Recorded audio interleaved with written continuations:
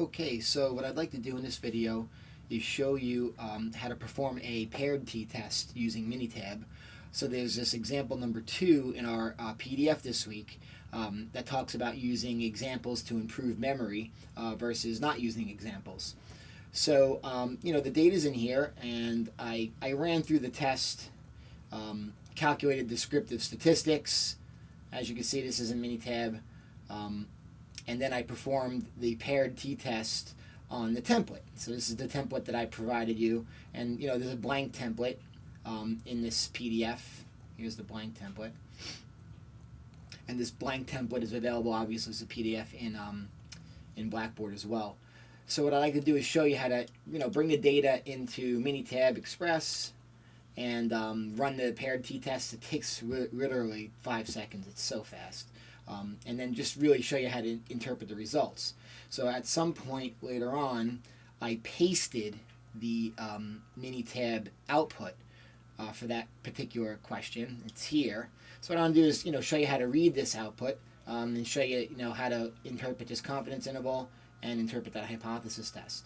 So the first thing you have to do with this paired t-test is you have 2 columns of data, and remember the data is in matched pairs.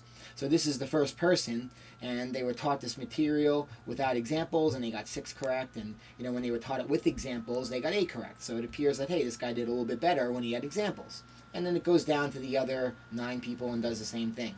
The big question right now is, what is this average difference? Is it better for everyone? Is it significantly better for everyone? Or is it just better due to dumb luck? That's called sampling error. So the first thing you need to do is you need to calculate the differences. And I have that here, as you can see. There's the differences.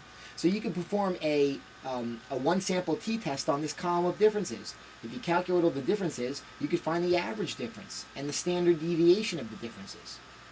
And I did that in Minitab, as you can see. So if you want to do this, it takes a second. All you have to do is copy this. This is difference. If I copy that and come over here to Minitab, paste the differences in there, and see, there they are. And then go to inference. I could perform a one-sample t-test on that. Also, what I showed over here is how to calculate the statistics, the sample statistics. And there's n pieces of data, 10 of them. There's the average difference, and here's the standard deviation. You could ask Minitab to take care of this. In the descriptive statistics menu. And say, oh yeah, my data's in one column. It's difference. What stats do you want to see? I don't need all this stuff. Really all I need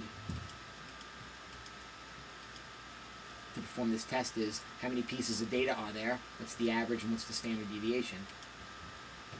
So this is calculating the descriptive statistics, and of course you could use those descriptive statistics and put all that information on the template. And that's what I did down here. So I used those descriptive statistics to run through the whole testing procedure, which is virtually identical to all the other tests that we've done. This is essentially a single sample t-test, as you can see. All right, so the other methodology is to not use the template at all, or to have to even crunch these differences and average the standard deviation of the difference. It's just to run the sample data right into Minitab and let it perform the test for you. So you could grab these 2 columns of data. That's no example and example. Pop them into whatever columns you want here. I put them in C3 and C4. And then when you go to the inference menu, this is where all our hypothesis tests are. There's the one sample T, but notice they have a paired T option.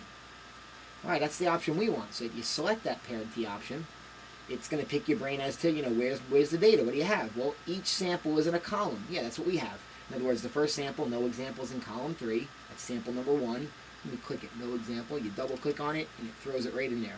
Sample number 2, yeah, it's in column 4, example. All right, so there it is. And before you say OK, you want to go to the options and make sure that you have your correct alternative selected and your confidence level. Now, I forgot what this confidence was. Oh, here we go. It was a 1% level of significance, so I want to switch that to a 99% confidence interval. All right, and then we're all set up here, so all you need to do is say OK. And here's all the output. Now, notice it gives you all the sample statistics. So individually, for no example, there's the mean, standard deviation, and the standard error for the mean, which remember is s divided by the square root of n. It does it for example, for the other set of data. And then it does it for the difference, for the paired differences. Now, this information here was the same information that I crunched when I did descriptive statistics on the difference column. It's the same statistics. It also gives you the 99% confidence interval. The lower bound of the confidence interval is negative 2.33. The upper bound is 0.13. So this population mean difference, in other words, if we were able to do this for all types of students, for everyone in the population, we're estimating that that difference would lie somewhere between these two numbers. Notice that 0 is in between these two numbers, so 0 is contained within the confidence interval, which tells you normally that that's a fail to reject scenario. More importantly, for the hypothesis testing part, it shows you the hypotheses, it shows you the testing statistic, negative 2.91, and of course the p-value. Now notice the p-value is 0.017, which is greater than alpha. And remember, the p-value method states that when the p-value is greater than alpha, we fail to reject the null hypothesis. Now, just for the record, if we decide to lower our confidence to 95%, this would actually work. It would reject. So, it's a fine line here, obviously, between rejecting and failing to reject. But, I think it's interesting how the Minitab software does this test for you in relatively a couple seconds. All you really need is that one number, that p-value. Once you know that number, if it's smaller than alpha, reject the null hypothesis. If it's greater than alpha, fail to reject. So the confidence intervals here, the output for the hypothesis test is here, and of course, if you run down to the template, I have all this stuff laid out for you. So here it is. The testing statistic worked out by hand, like on a hand calculator, negative 2.91, which is plug and chug here, and of course that negative 2.91 is there. The p-value, you've got to use statistical software for that because it's just too messy otherwise. And there it is. Notice 0.0174 is greater than alpha, so fail to reject the null. And then I ran through the actual hand calculation underneath the Minitab output in the document that shows you how to hand calc the confidence interval, which is simply an x bar minus a critical t-score times s over radical n. It's the same one that's in the one sample t confidence interval. But here's the formula for that in case you want to see that work. But of course, Minitab does give you the result of that, as you can see. And I got the same answer working it by hand. Remember, all these hypothesis tests we're doing, all of them so far, have been here with the exception of the two-sample Z. The two-sample Z and the two-sample T, they're virtually identical for unequal population variances. So that's why that one hypothesis test isn't here. All right, shoot me